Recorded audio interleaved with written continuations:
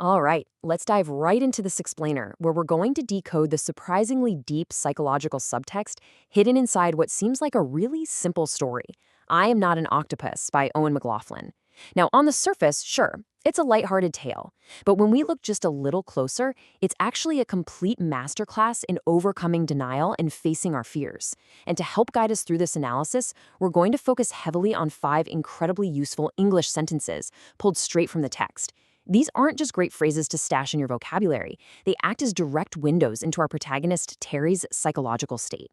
To do that, we're going to break down Terry's journey towards self-acceptance into 5 distinct stages: the mask of denial, deflection and paranoia, the vulnerability of asking, the paradigm shift, and finally, embracing true identity. So let's kick things off with stage 1, the mask of denial, and how we instinctively hide our insecurities. Terry introduces himself as just your everyday regular guy who happens to have a few extra arms and a serious love for tuna.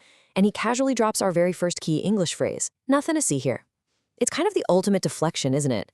Usually when someone says "nothing to see here" in English, they are literally standing right in front of a massive, blinking problem that they desperately want you to ignore. Terry uses it to set up this completely unbelievable facade right out of the gate. Now this begs a really profound question. What exactly is he so desperate to hide? And honestly, it makes you think, what water in your own life are you totally ignoring while you put on a brave face and pretend everything is fine? Terry is dodging something fundamental to his very existence. And man, it takes a ton of energy to keep up and act like that. This contrast brilliantly captures the comedic, but honestly kind of tragic, irony of Terry's whole situation.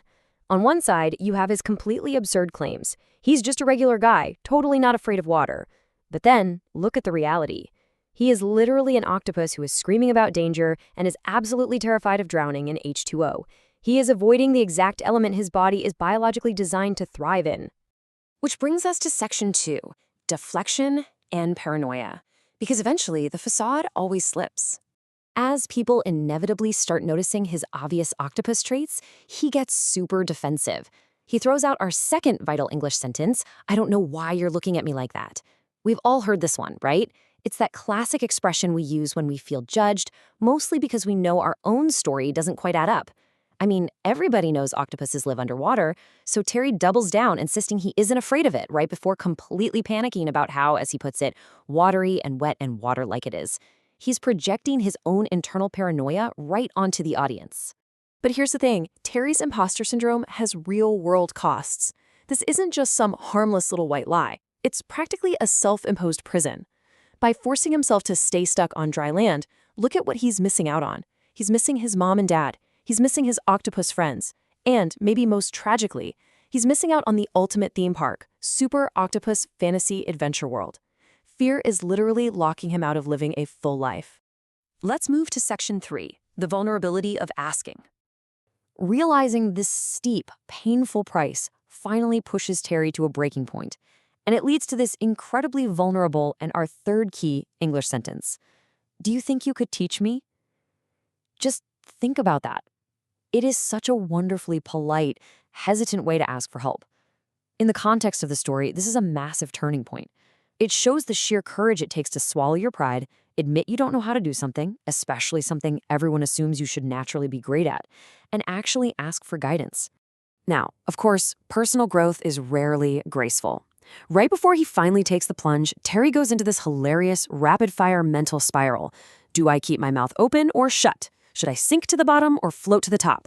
What do I do with my arms and legs? Which arm? Which leg? He even wonders if he might cry. If you have ever faced a deep-seated phobia or stepped completely out of your comfort zone, you absolutely know this exact brand of panic. That brings us straight into section 4, the paradigm shift, the big breakthrough. After going from frantically sinking to suddenly successfully swimming and excitedly yelling "blue bananas" to celebrate, Terry drops this profound realization. This changes everything. This is our 4th essential phrase, and honestly, it's the perfect, punchy way to describe a total paradigm shift. The second you conquer a deeply held fear, the entire geometry of your world expands. Terry's universe just blew wide open in a way he couldn't have even imagined. You can clearly see the literal and metaphorical transition right here. Going from I'm sinking straight to I'm swimming represents the ultimate shift from drowning in anxiety to thriving in the exact element he avoided his whole life. That frantic repetition of the words, it really highlights the pure, overwhelming shock of the moment. He isn't just surviving the water anymore, he's mastering it. Which sets us up perfectly for Section 5, Embracing True Identity. It's time to finally drop the mask. Having fully conquered his fear, he tells us to sit down, take a deep breath, and politely asks us not to faint. Then he proudly delivers our fifth and final English sentence. Now there's something you should know about me. What a fantastic, dramatic phrase to introduce a huge confession. For Terry, this is an incredibly empowering moment of total self-acceptance.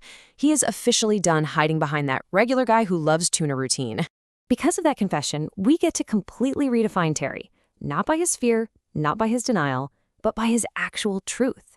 He openly admits his name is Terry, he is an octopus, and he can swim. He is finally ready to take his life back, visit his family, hang with his friends, and claim his ticket to Super Octopus Fantasy Adventure World. His true identity and his actions are finally aligned. But hey, growth doesn't mean you instantly have all the answers mapped out. So I'll leave you with Terry's final, lingering question, is it okay to pee in the sea? Just a little. It is a genuinely hilarious ending, but it's also a brilliant reminder that even when we courageously embrace who we really are and dive into the deep end, navigating life still comes with some wonderfully awkward, uncertain moments. And you know what? That is perfectly fine.